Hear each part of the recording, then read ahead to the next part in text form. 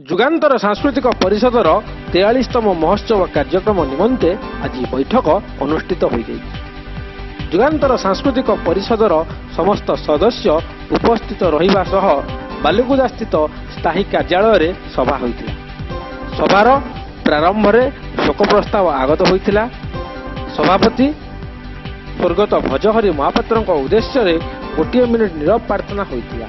परे समस्त सदस्य अनुष्ठान विभिन्न दिग को नहीं मतव्यक्त करते। 42 वर्ष पर द्वितीय थर पर श्रीजुक्त किशोर चंद्र दास को सभापति चयन करा सह पूर्व निर्धारित उपसभापति श्रीजुक्त उमाकांत बल और संपादक डॉक्टर भाग्यधर साहू मनोनीत होते। जुगान्तर सांस्कृतिक परिषदर सदस्य श्रीजुक्त विधान चंद्र सामल परमानेंट फंड गठन पर प्रस्ताव देवा सह प्रथमे अनुदान करने घोषणा करते। बैठक में त्रिलोचन सेनापति, कृष्णचंद्र पंडा, लोकनाथ दास, तुषार जेना, महेश्वर बल, सौभाग्य सेनापति, करुणाकर महारणा, जलधर प्रधान, हरिहर सामल, रामचंद्र सामल, दिवाकर जेना, मठकृष्ण स्वाई, कैलाश चंद्र स्वाई, सत्यव्रत परिडा, रंजन विश्वाल, रंगाधर सेनापति और निहारंजन दास समेत अनेक मान्यगण्य व्यक्ति उपस्थित थे। सभा शेष में परिवेशविद क्षीरोज जेना धन्यवाद अर्पण कला परे सभा संग होइतिला। 43 वर्ष रे उपस्थित होइतिबा ए जुगान्तर सांस्कृतिक परिषद एक आम केवल बड़चना अंचल नुहे, बड़चना बरी अविभक्त कटक जिले में आर गुरुत्व बढ़ी एवं ये उत्तरोत्तर उन्नति पथरे आगे चली। यही परिषद रे आमर 42 वर्ष धरी सभापति देहावसान होइछि एवं आज ये जो वार्षिक सम्मेलन रे मते सभापति भाव में मनोनीत करिथिबारु मु समस्त जुगान्तर सभ्य सभ्यांक निकट रे कृतज्ञता ज्ञापन करुछि एवं विगत सभापति जो श्रृंखला, जो धैर्य, जो लक्ष्य, जो आदर्श नहीं कार्य करुथिले से आदर्श रे मु परिचालित हेई ए अनुष्ठान को सहयोग करि परिबि बोली आशा रखिछि एवं नुआ वर्ष रे मु समस्त बंधु सहयोगी एवं ओडिशार एवं भारत वर्षर समस्त जनसाधारणकर ये महामारी कोरोनारू समस्ते मुक्त हुंतु, कोरोना लोप पाऊ एवं समस्ते सुख शांति रुहंतु एवं भविष्यत रे आम देश एवं समाजर उत्तरोत्तर उन्नति हो एति कामना करुछि। देखो 1980 मसीह जन्म नहीं अनुष्ठान एक क्रम वर्धिष्णु अनुष्ठान रूपे परिचित एवं निजक विज्ञापित करिवार प्रचेष्टा से केबे पर्यंत करना।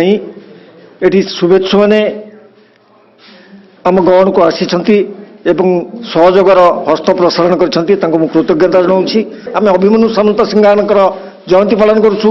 गोपबंधु मधुबाबू एवं उत्कलकर मधुसूदन दास, मधुसूदन राव समस्त आम प्रायतः अंतत कम संख्यक लोक हेले भी मध्य आम पालन करूँ एवं भाषा साहित्य विकास पर उत्कल दिवस उपरे आम एक आलोचना चक्र एवं सभा समिति करा जाए। आंचलिक स्तर में तथा प्रादेशिक स्तर में विशिष्ट प्रतिभा मान संवर्धित करा जाए। छात्र छात्री मानकर विकास पर जुगान्तर सहित संश्लिष्ट अनेक अनुष्ठान को बड़चना, बरी, धर्मशाला, डेराबीच ये अंचल आम छात्र चयन कर पुरस्कृत कर अर्थराशि आकार में।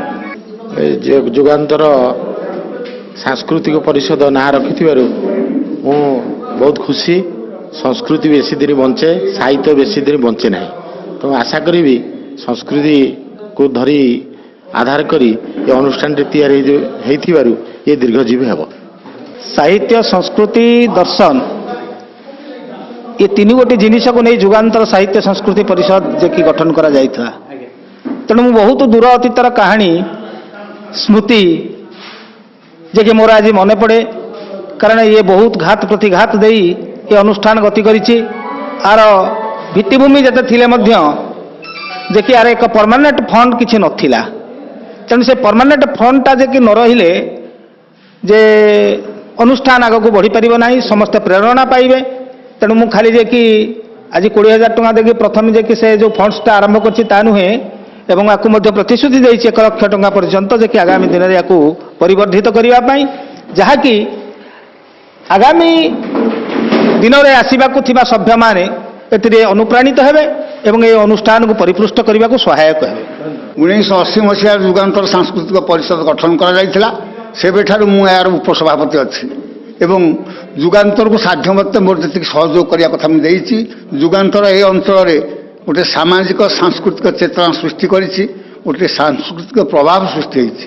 ଆମେ ସମସ୍ତେ ଯେଉଁମାନେ କଳା ସାହିତ୍ୟ ସଂସ୍କୃତିକୁ ଭଲ ପାଉ, ଆମେ ସମସ୍ତେ ଏକାଠି ହେଇଛୁ ଏବଂ ଆମ ଯୁଗାନ୍ତର ଏ ସମାଜ ପାଇଁ ଯୁବପିଢ଼ି ପାଇଁ କିଛି ମଧ୍ୟ ବାର୍ତ୍ତା ଦେଇଛି। ସମସ୍ତେ ଭଲ ହୁଅ, ଭଲ ମଣିଷ ହୁଅ, ସମାଜ ପାଇଁ ଭଲ କାମ କର।